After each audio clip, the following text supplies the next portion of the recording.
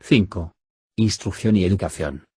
En un lugar destacado entre las ideas predominantes de la época presente se encuentra la noción de que la instrucción es capaz de cambiar a los hombres de forma considerable y tiene por infalible consecuencia el mejorarlos y hasta el de hacerlos iguales. Por el simple hecho de ser constantemente repetida, esta afirmación ha terminado por convertirse en uno de los más firmes dogmas democráticos. Hoy sería tan difícil atacarlo como otrora lo hubiera sido el atacar los dogmas de la Iglesia. Sin embargo, sobre este punto, al igual que en muchos otros casos, las ideas democráticas se encuentran en profundo desacuerdo con los resultados de la psicología y la experiencia. Muchos eminentes filósofos, Herbert Spencer entre ellos, no tienen ninguna dificultad en demostrar que la instrucción ni hace a los hombres más morales ni tampoco más felices, que no cambia ni sus instintos ni sus pasiones hereditarias y que a veces, y para que esto suceda solo necesita estar mal dirigida, resulta más perniciosa que útil. Las estadísticas han confirmado este criterio al mostrarnos que la criminalidad aumenta con la generalización de la instrucción, o bien y en todo caso, con cierto tipo de instrucción, y que los peores enemigos de la sociedad, los anarquistas, se reclutan entre los abanderados de los colegios, mientras que en un reciente trabajo, un distinguido magistrado como M. Adolphe Guillot, ha hecho la observación que actualmente hay 3.000 criminales educados por cada 1.000 iletrados y que en 50 años el porcentaje de criminales en la población subió de 227 a 552 por cada 100.000 habitantes, lo cual constituye un aumento del 133%. Junto con sus colegas, también ha notado que la criminalidad aumenta particularmente entre las personas jóvenes para quienes, como es sabido, la escolaridad gratuita y obligatoria ha reemplazado, en Francia, el aprendizaje de oficios. Seguramente no es que, y nadie ha mantenido jamás esta proposición, una instrucción bien dirigida no pueda brindar resultados prácticos muy útiles, si bien no en el sentido de elevar el nivel moral, por lo menos en el de desarrollar una capacidad profesional.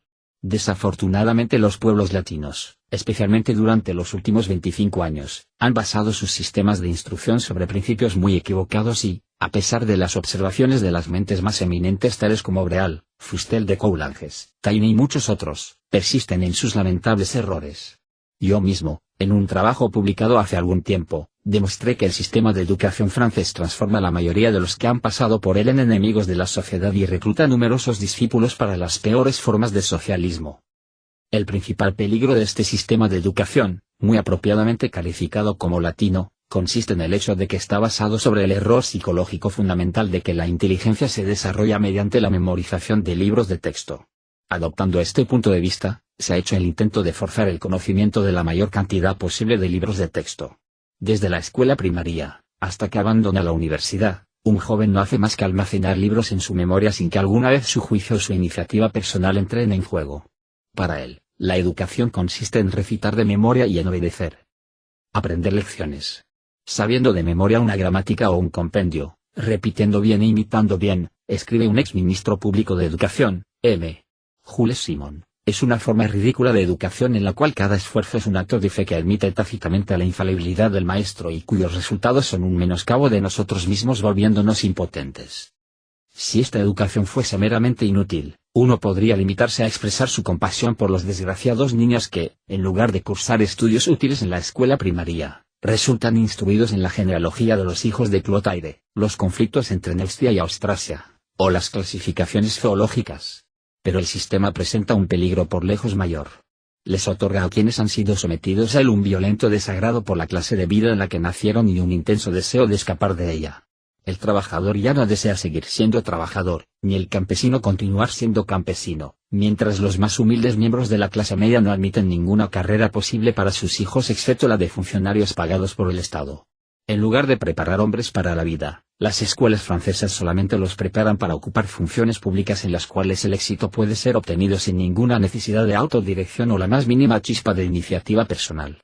En el fondo de la escala social, el sistema crea un ejército de proletarios descontentos con su suerte y siempre listos para la revuelta, mientras que en la cúspide instituye una burguesía frívola, escéptica y crédula al mismo tiempo, que tiene una supersticiosa confianza en el Estado al cual considera como una especie de divina providencia, pero sin olvidarse de exhibir hacia ella una incesante hostilidad, siempre poniendo las faltas propias ante la puerta del gobierno, e incapaz de la más mínima empresa sin la intervención de las autoridades.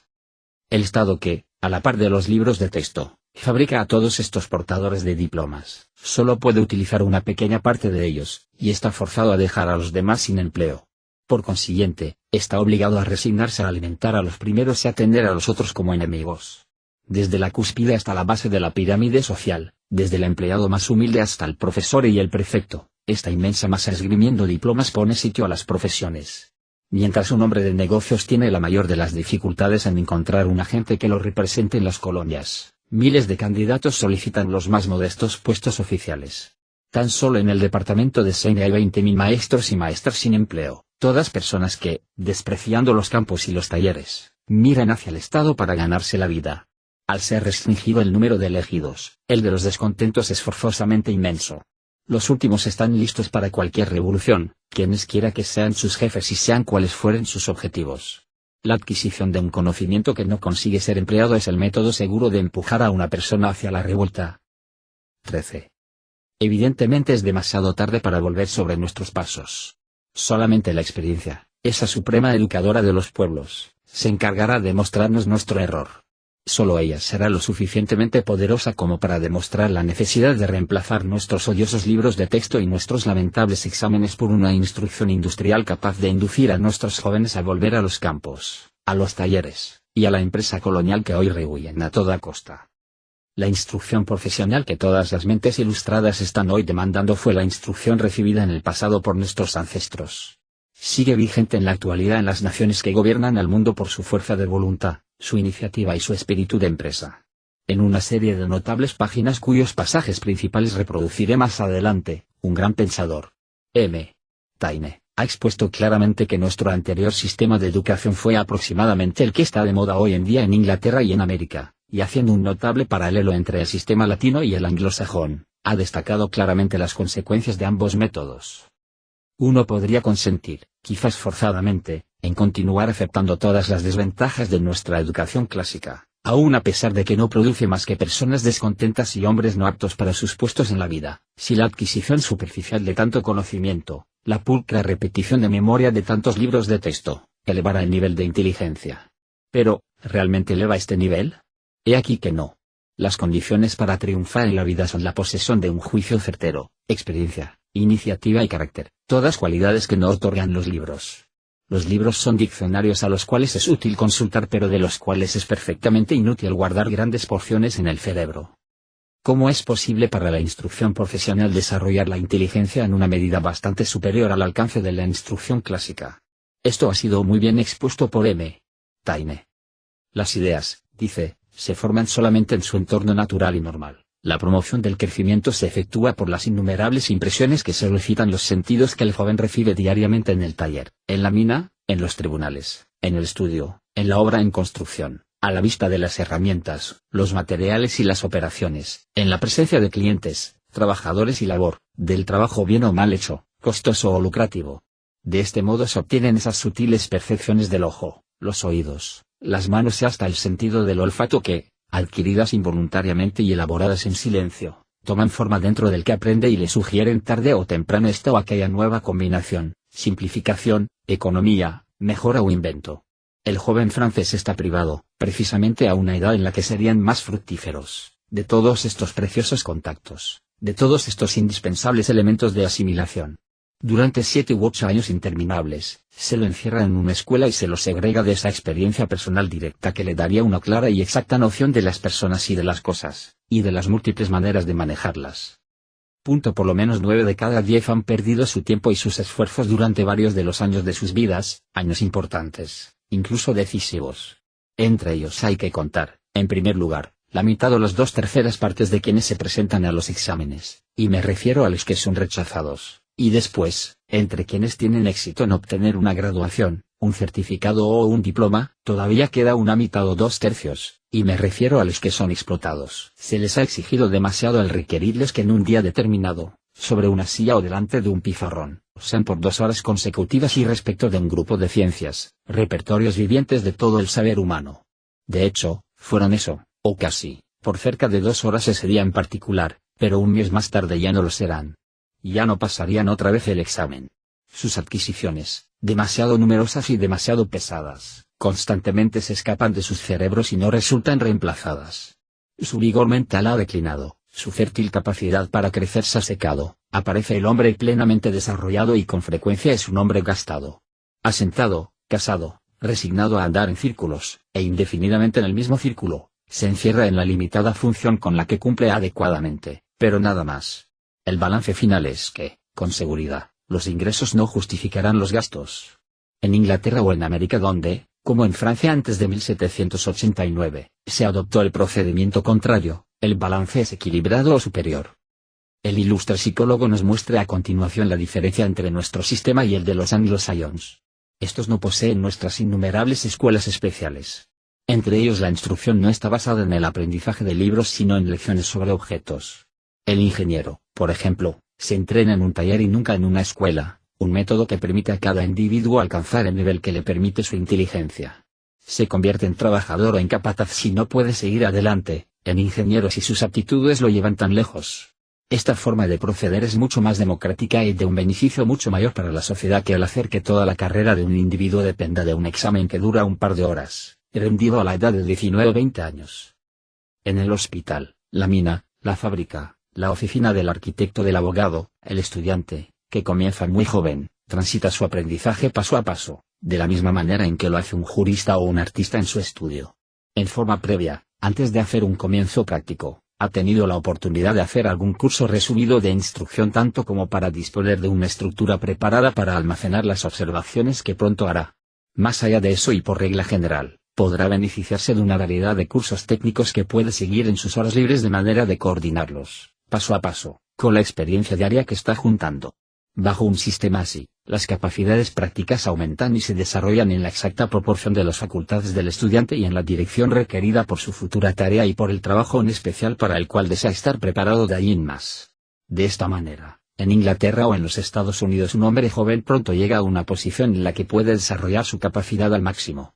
A los 25 años de edad, y mucho antes si el material y las partes están ahí, ya no es simplemente un ejecutor útil sino que es capaz, también, de iniciativas espontáneas. No es solamente la parte de una máquina sino también su motor.